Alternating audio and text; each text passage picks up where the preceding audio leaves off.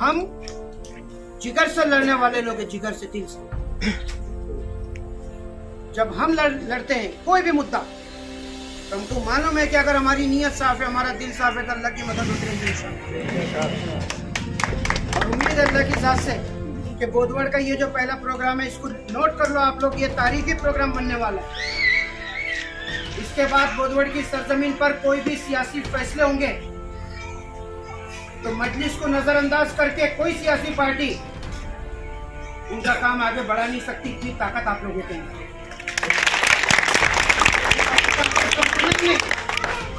मुझे खुशी है इस बात की कि इस मजलिस के अंदर हमारे दलित भाई भी बैठे हैं, ओबीसी हमारे समाज के लोग बैठे। उनको कमतर समझना नहीं, ना हम कमतर थे, ना कमतर है और ना कमतर रहेंगे। हमारी मर्जी के बगैर इस सरजमीन पर कोई फैसला नहीं हो सकेगा इंशाअल्लाह। सस्ते में ले लेते, जब वोट जो है बटोरने की बात आती है तो हमारे हमदर्द बनकर हमारे ही अपने समाज के चंद बिकाऊ लोगों को साथ में लेकर, मैनेज हुए हुए लोगों को साथ में लेकर मुसलमानों के हमदर्द और मसीहा बनकर आ जाते। और जब मुसलमानों की बात, दलितों की बात, जब हमारे ओबीसी भाइयों की बात, पिछड़े हुए तबके की बात उठाने की कोई बात जब असेंबली में आती है या पार्लियामेंट में आती है तो वॉकआउट करके बाहर निकल जाते। फिर जो वहाँ पर सत्ता बैठी है, चाहे वो किसी भी पार्टी की हो, जब हमारे आमदार और खासदार मेन मुद्दे पर जब खास बोलने की नौबत की जरूरत रहती है, उस वक्त तो वहाँ जो है असेंबली और पार्लियामेंट छोड़कर चले जाते। सत्ताधारी पक्ष इसी बात का तो रास्ता देखता है कि कब इनके आमदार और खासदार बाहर निकलेंगे। क्या आप लोग सुनते नहीं है? बैरिस्टर असदुद्दीन अवैसी साहब और खासदार इम्तियाज जलील साहब डंके की चोट पर पार्लियामेंट में मुसलमानों की और दलितों की नुमाइंदगी करते हैं। एक मिसाल बताइए, उस मुजाहिद की तरह, उस शेर दिल इंसान की तरह कि ये वक्त की फिरौनी हुकूमत बीजेपी अपने आप को मालूम नहीं क्या समझ रही है और दंदनाते फिर रही है। लेकिन जब 3 तलाक का कानून लाया गया, हमारा शेर था जिसने उस कानून को डायरेक्ट फाड़ कर फेंक। आप लोगों को पहले अपने आप को एहसास कमतरी से बाहर निकलना। भूल जाओ वो चीज जो आज तक होती आई, बिल्कुल भूल जाओ। अपने आप को संभालो। हमारी कद्र हमने खुद करना है, हमारी ताकत का अंदाजा हमने खुद लगाना है और वक्त आने पर ये बताना है कि हम कितने ताकतवर लोग हैं। अभी तक ऐसा होता है कि बहुत आसानी के साथ, हाँ चलो इनको जैसा चाहेंगे वैसा इस्तेमाल कर लेंगे, अपना काम निकलने के बाद इनको अपने अपने ठिकाने लगा देंगे। गया वो टाइम।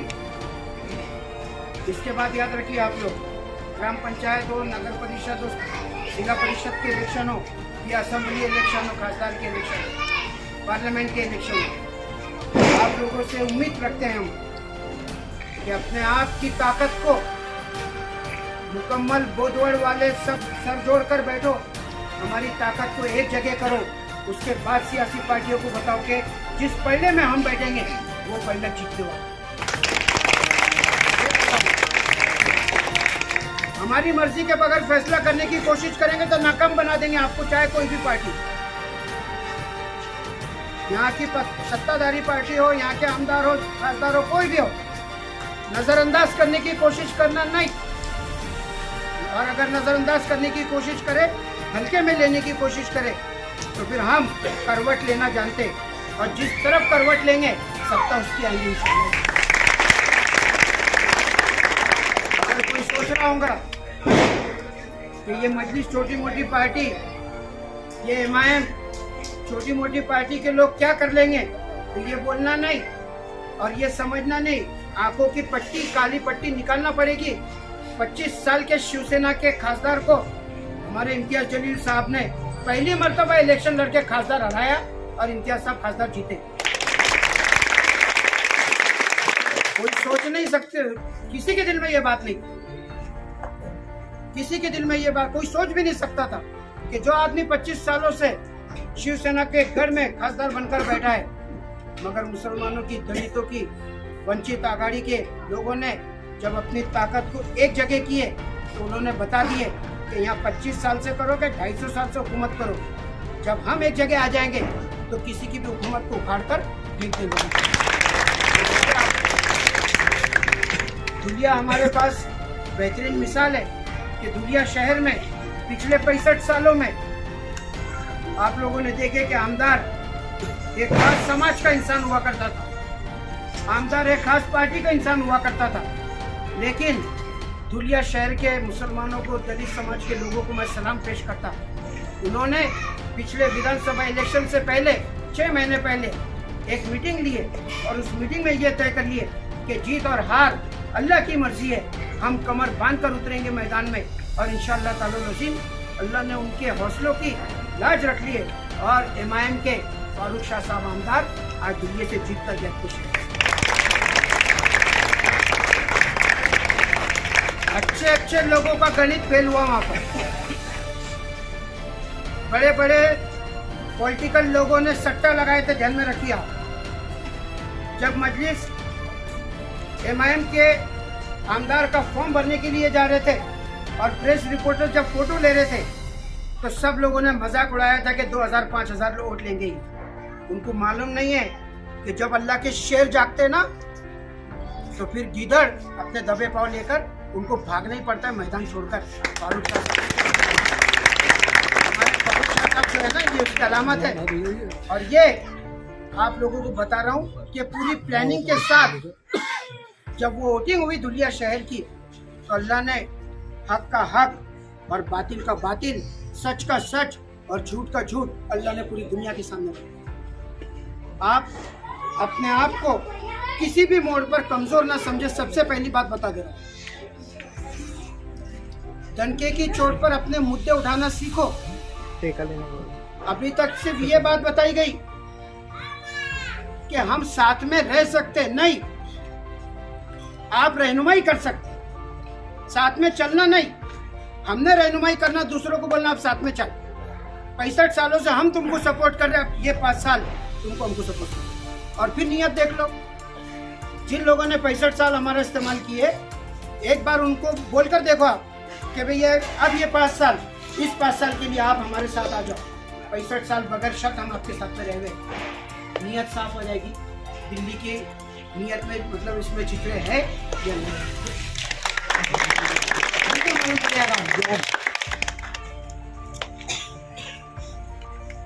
याद रखिए, पूरे जिले में कहीं पर भी मॉब लिंचिंग, ऐसा हो गया वैसा हो गया, इसको उसने उधर मार दिया, उसने उसको उधर मार दिया, इसके बाप का राज चल रहा है क्या? किसने इसको इधर मार दिया ना उधर मार दिया? हम ताकत में कम पड़े इसलिए सामने वाले ताकत में बढ़े। याद रखिए मेरी जुमला, हम कमजोर पड़े इसलिए दूसरों ने फायदा उठाया हमारा।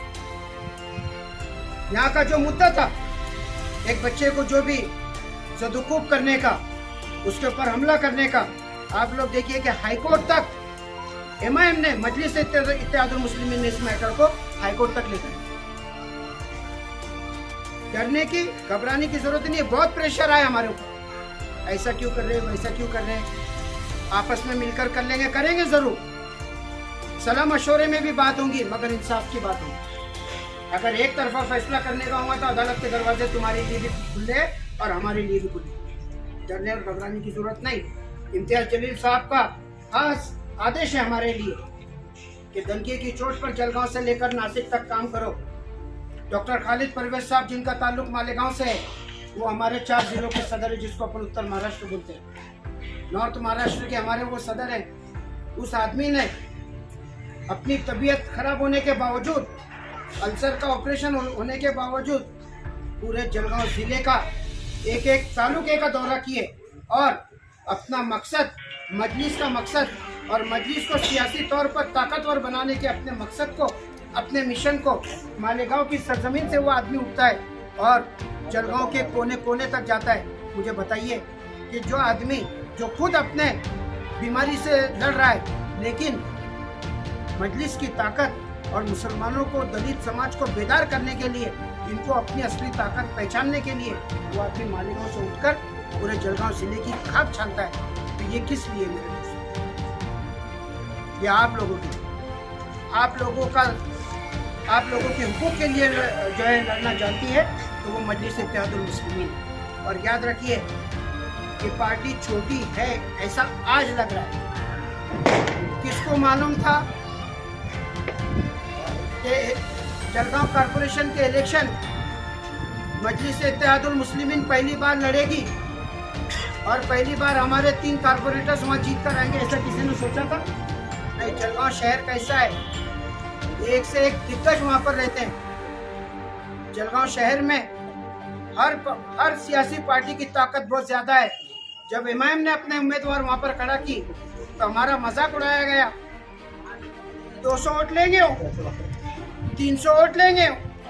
ये हमारे बड़े दिग्गज मुस्लिम कद्दावर नेता ने बोला था ये बात, मुस्लिम यानी इमाम के उम्मीदवारों को लेकर कि 200 वोट लेंगे, सब के सब लोगों की जमानत सब तो होंगी। अल्लाह ने उल्टा कर दिया, जितने लोग इमाम के खिलाफ थे सबकी जमानत जब्त करा दिया। हम जीते वहां पर और सबसे ज्यादा लीड से जीतने का सहरा भी इमाम के सर पर। कोई अंदाजा कर सकता है उसके जोरे बाजू का? निगाह मर्द मोमिन से बदल जाती है तब्दील। आजमाना नहीं हमको, जब हम उतरते मैदान में तक चेचों की हवा उखड़ जाती है अल्हम्दुलिल्लाह। और इंशाअल्लाह ये वक्त यहाँ की सरजमीन भी देखेगी, गोदवड़ भी देखेगा। ये तारीखी महफिल, ये जो आज छोटा सा प्रोग्राम है, आप लोगों की ताकत और इत्तेहाद अगर कायम रहा तो याद रखिए इसको बहुत बड़ी जनसभा में हम बदल सकते। और अगर गोदवड़ वालों की मोहब्बत बाकी रही, इसी तरीके की गोदवड़ की मोहब्बत बाकी रही, तो अल्लाह ने चाहा तो इम्तियाज जलील साहब गोदवड़ की सरजमीन पर आएंगे। वादा है आप लोगों से, अपनी कुछ प्लानिंग हम इम्तियाज जलील साहब से, खासदार साहब से और असद ओवैसी साहब से कर रहे हैं। असद ओवैसी साहब जब औरंगाबाद में आए थे आज से 8 दिन पहले, 9 दिन पहले, उस वक्त उनसे जलगांव जिले के टॉपिक पर 15 मिनट की मीटिंग हुई।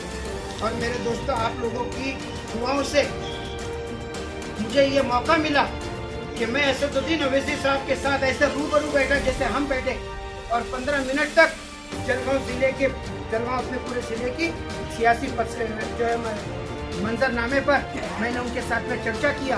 एक फाइल अब उन्होंने तमाम तालुकों की उनको दी है। आपको खुशी होगी इस बात की, आपको एक को भी इल्म नहीं है, लेकिन गोदवड़ की भी फाइल हो सकती है। गोदवड़ में हम क्या इनकलाब ला सकते, एक एक चीज को उन्होंने गौर से देखा।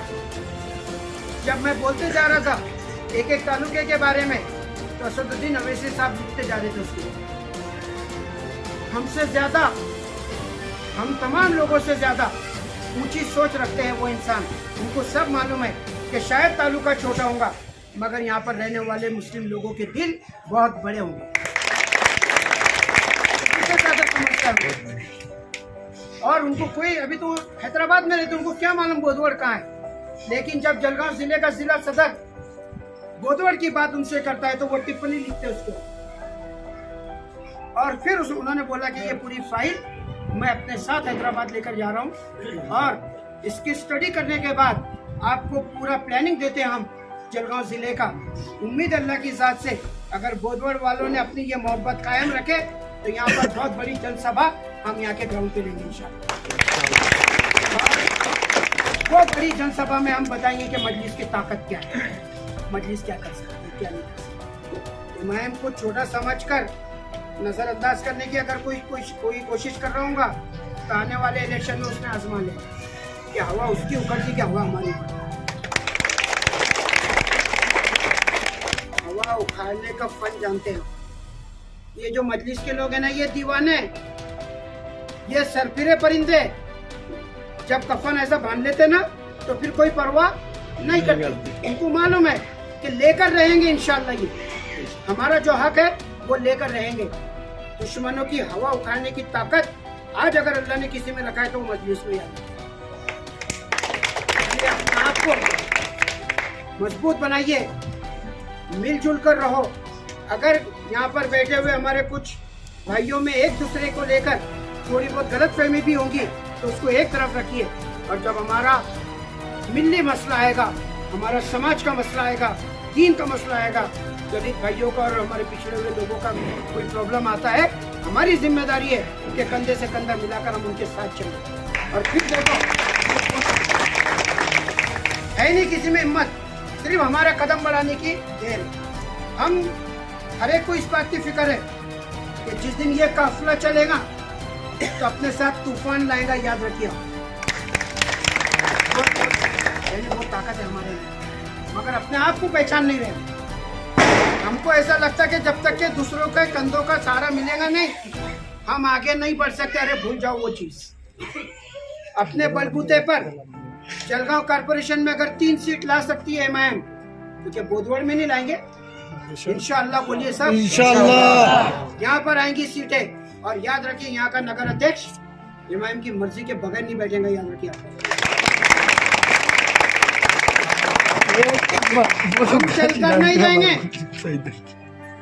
हम नहीं जाएंगे वहां पर चलकर। अगर आप लोगों की ये ताकत और मोहब्बत इसी तरीके से बाकी रही तो वो चलकर आएंगे हमारे दरवाजे।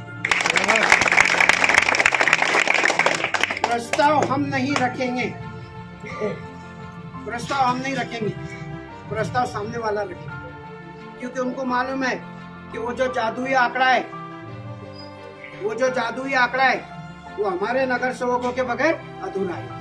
याद रखिए आप। तो लाएंगे कि नहीं लाएंगे नगर सेवक जिता कर? आप लोगों की मोहब्बतों को सलाम। ये ऐसी पहली महफिल देख रहा हूँ मैं, जिसमें नौजवान बच्चे भी है, जिनका जोश हमको और जिनका जोश और ताकत हमको काम आएगी। यहाँ पर अधेड़ उम्र के लोग भी मैं देख रहा हूँ कि जिनका तजर्बा हमको काम आएगा। और मैं बुजुर्गों को भी देख रहा हूँ, इंशाल्लाह इनकी दुआएं हमारे साथ रहेंगी। और जब ये तीनों चीज़ें एक साथ आ जाएगी तो मुझे बताइए कि हमको कामयाब होने से कौन रोक सकता है? कोई नहीं। बुजुर्गों से मैं बहुत ही अदब के साथ ये गुजारिश करता हूँ कि हमारे इन नौजवानों के सरों पर हाथ रखो, दुआ करो। आपकी दुआएं साथ रही, तजर्बा हमारे इन लोगों का ये नौजवानों के साथ में रहा, तो इंशाल्लाह बोधवड़ का जो पहला आप लोगों का ये नगर परिषद का इलेक्शन होने जा रहा है, इसकी जो पार्टी बनेगी उसमें एमआईएम के नगर सेवकों का नाम लिखा जाएगा। और ये आपके हाथ में। जलगांव से जिस चीज की जरूरत पड़ती है आपको, जो रहनुमाई की जरूरत पड़ती है, आप बताइए, आप यहाँ हाजिर है इंशाल्लाह। जलगांव की टीम पूरे जिले का दौरा कर रही है और ये लगातार पिछले 3 महीनों में तीसरा दौरा है तमाम तालुकों में। बोधवड़ आने का पहला इत्तेफाक है, लेकिन जब यहाँ पर अपनी एक बॉडी बन जाएगी तालुके की और शहर की, उसके बाद बहुत ताकत के साथ बोधवड़ के लोग यहाँ के मुद्दों को उठाएंगे। और ये मुद्दे जो यहाँ की तहसील में हल नहीं होंगे, अगर हम इसको जलगांव कलेक्टर ऑफिस के पास लाते हैं, तो याद रखिए ये जो जलगांव की टीम के जिम्मेदार है, ये आपके साथ वहाँ पर खड़े रहने चाहिए। कहीं पर घबराने की कोई जरूरत नहीं। पुलिस डिपार्टमेंट का मामला हो कि कलेक्टर डिपार्टमेंट का मामला हो कि तहसील का मामला हो, आप लोगों की दुआओं से अल्लाह ने ये इमेज बना कर रखा है वहाँ पर कि जब चेयर पर बैठकर बात करते हैं तो उनको भी समझ में आता है। जवाब देने से पहले 10 बार सोचता ऑफिसर। मालूम है कि बहुत पढ़ा लिखा इंसान है, किसी भी तरीके का कोई उड़म पट्टू जवाब दे नहीं सकते। हर बात का कानूनी नुक्ता आप लोगों की दोनों से अपने पास रखता हूँ। वो ताकत है बात करने की भी, वो ताकत है कलम की भी, लिखने की भी, वो ताकत है उर्दू जबान की भी, वो ताकत है उर्दू, हिंदी और इंग्लिश जबान की भी, कि जिस लैंग्वेज की, जिस जबान की उस ऑफिस में जरूरत पड़ती है, उस जबान में हम आंख में आंख मिलाकर ऑफिसर से बात करते हैं। कोई हमको वापस लौटा कर बता दे, मुमकिन ही नहीं है किसी के लिए। बस ये इत्तेहाद को, इस मोहब्बत को बाकी रखो, सबके साथ जुड़ो। अगर हमारे बच्चों के साथ, बच्चों के जरिए कोई गलती भी हो जाए तो बड़ों का काम है उसको नज़रअंदाज करना, दरगुजर करना। नौजवानों का काम है कि हमारे यहाँ पर जो अधेड़ उम्र के लोग हमारे साथ जुड़े हुए, बुजुर्ग लोग हमारे साथ बैठे, हम इनका अदब और एहतराम करते हुए, उनकी इज्जत करते हुए अपनी ज़िंदगी गुजारें। जहाँ भी ज़रूरत पड़ेगी, बोधवड़ के ताल्लुक से एक बात बता देता हूँ, किसी भी तरीके की कोई ज़रूरत पड़ी तालीम एतबार से, शिक्षण को लेकर, समाजी एतबार से या सियासी एतबार से हर तरीके से जलगांव की मजलिस की टीम बोधवड़ के साथ खड़ी हुई है। अगर आजमाना चाहते होंगे तो कभी भी आजमा, कहीं पर भी हम कम पड़ने वाले नहीं। मुक्ताई नगर तालुके के लोगों को मालूम है, कहीं पर भी कोई प्रॉब्लम आता है, इतना तो भी अल्लाह ने अभी दे दिया कि अगर एक फ़ोन चला जाएगा तो 10 बार वो ऑफिसर को सोचना पड़ेगा कि भाई अब इसके आगे कोई कदम मत उठाओ, क्योंकि फ़ोन आ गया। तो आप लोगों के जरिए ये ताकत मिली। कोई इंसान ने, यानी मैंने, जिला सदर ने अपनी ये ताकत खुद बना लिया नहीं, क्या आप लोगों की दी हुई ताकत। आज हम दनके की चोट पर बोल सकते हैं जलगांव जिले में कि 15 तालुके हैं हमारे, जिस तालुके में कदम रखेंगे मजलिस का परचम लहरा रहे हो, ये बोल सकते हैं। पहले 2 तालुकों में, 3 तालुकों में इमाम की जो है शाखें हुआ करती थी। आज अल्लाह का शुक्र एहसान है कि 15 तालुकों में इमाम का परचम गड़ चुका, हमारा झंडा शान के साथ लहरा रहा है। और अब यही इत्तेफाक और इत्तेहाद हमारा बाकी रहा। मुझे खुशी इस बात की, हमारे दलित समाज के, ओबीसी समाज के लोग यहाँ पर बैठे, हर मुद्दे को साथ में लो, मिलजुल कर ताकत बनाओ एक। अगर अलग अलग हो जाए तो कोई भी कुचल देगा, और साथ में रहेंगे तो किसी की आंख में वो ताकत नहीं कि कोई हमारी तरफ इस तरीके से आंख उठाकर देगा। इंशाअल्लाह उम्मीद अल्लाह की ज़ात से कि बोधवड़ के लोग आने वाले वक्त में जो हमारी पहली पार्टी और जो पहला रिकॉर्ड यहाँ के गैजेट में लिखा जाएगा तो मजलिस इत्तेहादुल मुस्लिमीन के नगर सेवकों के नाम उसमें जाएंगे। और जिस वक्त यहाँ पर सत्ता की बात आएंगी तो टकराना जरूरी है मजलिस के सरकारों को। उस वक्त बोधवड़ के लोग तय करना कि आपको क्या करना। मजलिस आपके साथ है। आप लोगों की दुआओं का बहुत शुक्रिया, नवाजिश का बहुत शुक्रिया। बहुत सारे लोगों ने यहाँ पर फ़ोन कॉल भी किए हैं। बहुत सारे लोगों के फ़ोन कॉल्स आए कि अगर इतना अच्छा काम पूरे ज़िले में चल रहा है तो बोधवड़ क्यों उससे महरूम है। हम लोगों की मीटिंग हुई कि क्यों ना फौरन बोधवड़ के लोगों के दरमियान में भी जाकर हम हमारा मैसेज रखें। आने वाली 27 तारीख को, आज की 16 तारीख है, आज से 10 दिन के बाद मुंबई में बहुत बड़ा प्रोग्राम चलो मुंबई, इस नारे के साथ बैरिस्टर असदुद्दीन अवैसी साहब ने हमको हुक्म किया है कि पूरे महाराष्ट्र के लोग आने वाली 27 तारीख को मुंबई के आज़ाद मैदान में जमा होंगे। और जो सेक्युलर पार्टियां अपना झूठा नकाब लेकर पिछले 65-70 सालों से मुस्लिम रिजर्वेशन के नाम पर हमको बेवकूफ बना रही, उनका मुखौटा ऐसा उखाड़ के फेंक देंगे वहां से इंशाअल्लाह। बहुत बड़ी तादाद में 27 तारीख को मुंबई में हमको जमा होना है। और यही कांग्रेस राष्ट्रवादी हुकूमत से हमको टकरा कर बोलना है कि जब बीजेपी और शिवसेना की हुकूमत रहती है तो आप मुसलमानों के हमदर्द बनकर मुसलमानों के रिजर्वेशन की डिमांड करते असेंबली में, और आज तुम्हारी हुकूमत है तो तुमको क्या सांप सूंघ गया। आज उनको ये सोए हुए नहीं है मेरे दोस्तों, ये सोए हुए नहीं है, ये सोने का ढोंग कर रहे। जो सोने का ढोंग करता उसको थपथपा कर नहीं उठाते, उसको लात मार के उठाते। थपथपा कर नहीं उठाते ऐसे लोगों को जो सोने का ढोंग करते। हम आने वाले 27 तारीख के प्रोग्राम में पूरे महाराष्ट्र की ताकत बता देंगे मुंबई में इंशाअल्लाह। और आप लोगों के लिए बड़ी खुशी की बात है कि बैरिस्टर असदुद्दीन अवैसी साहब, उनके साथ साथ हमारे तमाम मुसलमानों के दिलों की धड़कन अकबरुद्दीन अवैसी साहब भी मुंबई आ रहे हैं। जब एक बात करता है तो ऐसा लगता है कि इस मुल्क का कानून बात कर रहा है, और जब दूसरा बात करता है तो ऐसा लगता है कि अब मालूम नहीं क्या हुआ। अल्लाह के फजल करम से अब दोनों वहाँ पर आने वाले, आप लोग सोचिए कि वहाँ का माहौल कैसा होगा, क्या होगा। इस महाराष्ट्र सरकार के सामने पूरी ताकत के साथ मजलिस इत्तेहादुल मुस्लिमीन हमारे मुस्लिम रिजर्वेशन का मुद्दा उठाने वाली है। उसी के साथ जो वक्फ की जमीन है, वक्फ मुसलमानों की मिल्कियत है, याद रखिए। वक्फ बोर्ड की कई ऐसी जमीनें हैं जिस पर कई लोगों ने गलत तरीके से कब्जे करके रखे।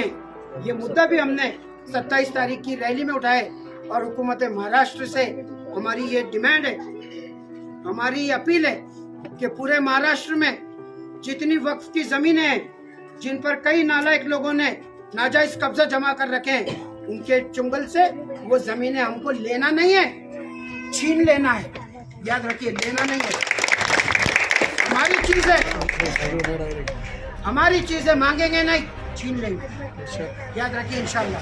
तो आप लोगों से उम्मीद है कि आने वाली 27 तारीख का प्रोग्राम यहाँ के जिम्मेदारान मिलकर बनाए और 27 तारीख को बुधवार से 27 नवंबर को इसी महीने की बुधवार से कम एक गाड़ी मुंबई के लिए निकले, 5-7 लोगों की, 10 लोगों की। आपकी नुमाइंदगी वहाँ जरूरी है। फिर वहाँ का जन सैलाब देख लेना। प्रोग्राम तो मुंबई में होगा, महाराष्ट्र में, मगर इसकी गूंज पूरे हिंदुस्तान में सुनाई देगी।